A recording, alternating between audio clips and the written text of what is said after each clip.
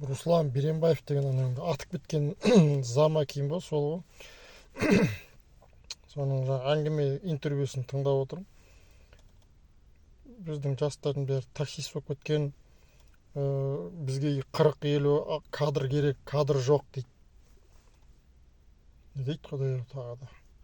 Бір директор керек еді, нормальный директор таба алмай жүрмін дейді. Братан ба или братчиксің ба білмеймін, жасың нешеде екенін білмеймін. Нормально айлық төлесеңдер, адамдар істейді ғой. Нормально айлық төлесеңдер. Мен де 200 мыңға жұмыс жасадым. ПМС деген жерде, жол жөндеушіде. 3 балам бар. Ана тапқан 200 мың ешқайда жетпейді. Жылдан жылға бәрі қымбат, жылдан жыл емес. 3 ай сайын қымбаттап жатыр, продукты бәрі қымбаттап жатыр. До сих пор ол жақта жұрттар сол зарплатамен жүр ғой. 5 жыл болды шығып кеткеніме. Алатындар сол баяғы 150-200 мың зарплата алып жүр ғой.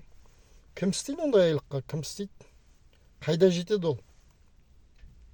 Мен мысалы 3 балам бар. Кім асырайды оны? Сендердің беретін айлықтарыңды көрдік қой, қандай екен? Акиматскийлерде, акиматта жасайтын адамдардың зарплатасын масқара ғой ол деген. Бұның бәрі менің экономист. Копейка дейді, ана ақшаға бір адам күн көре алмайтын ақша беріп отырсыңдар ғой. Еще кадр жоқ дейсіңдер. Істейтін адам жоқ дейсіңдер. Бәрі таксиде. Потому что таксиден нормальный ақша аласың сен. Нормальный ақша көтересің да, күн көрісіңе жететін ақша көтересің. Ал сендерде ана организацияда істесең, отырасың, копейкаға ешқайда жетпейтін ақшаға құлықса байланып, бүйтіп мойныңа себіліп қояды, ит сияқты. Сөйтіп жүресің, гав-гав деп. 8 сағаттан артық ақша төлемейді, суббота воскресенье төлемейді. Істедім ғой мен бәленбай жыл.